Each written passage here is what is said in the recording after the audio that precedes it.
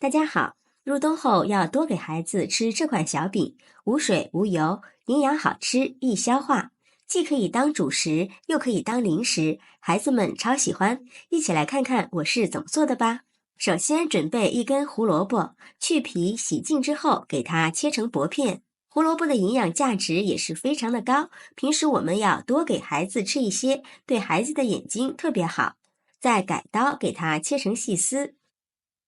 最后给它切成小碎丁，切得越小越好，这样更容易熟透。切好之后放入盘子里备用。接下来碗中倒入100毫升的纯牛奶，再往里面打入2个鸡蛋，往里面加入3克酵母粉，1勺白糖，促进酵母发酵，并且吃起来口感也会更好。再次用筷子搅拌均匀，用酵母粉和白糖搅拌至融化。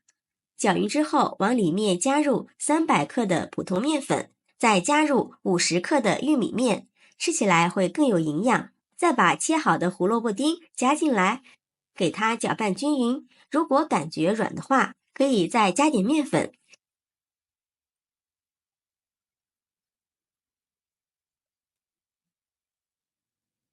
搅拌成像这样的面絮状，下手揉成面团。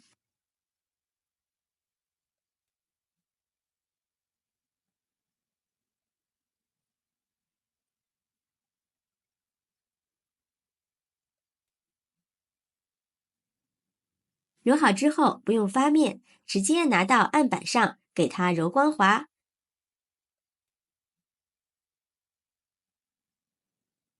揉成像这样一个软硬适中的光滑面团就可以了。再给它整理一下，按扁，然后撒一些干面粉防粘，再取出擀面杖，给它擀成一个长方形的大面片。也不用擀得太薄了，大约1厘米的厚度就行了。然后给它切成宽大约3厘米的长条，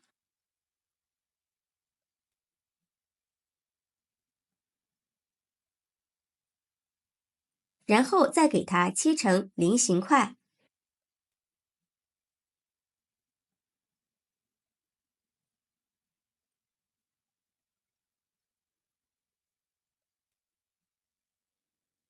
像这样的小饼，孩子们特别的喜欢。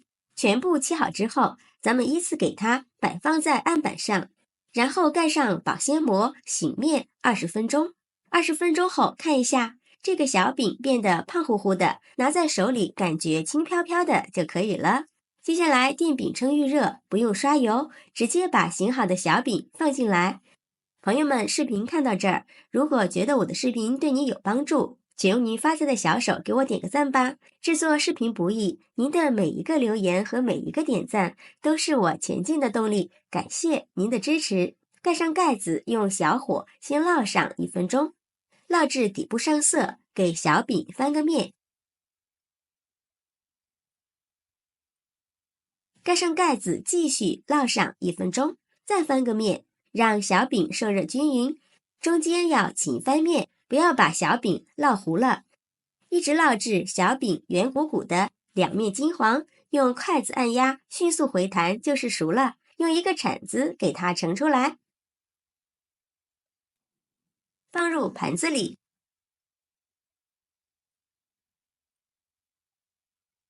像这样，我们的奶香鸡蛋蔬菜小饼就做好了。大家看一下，造型好看，颜色金黄诱人，看着就好吃，里面特别的暄软，像面包一样好吃。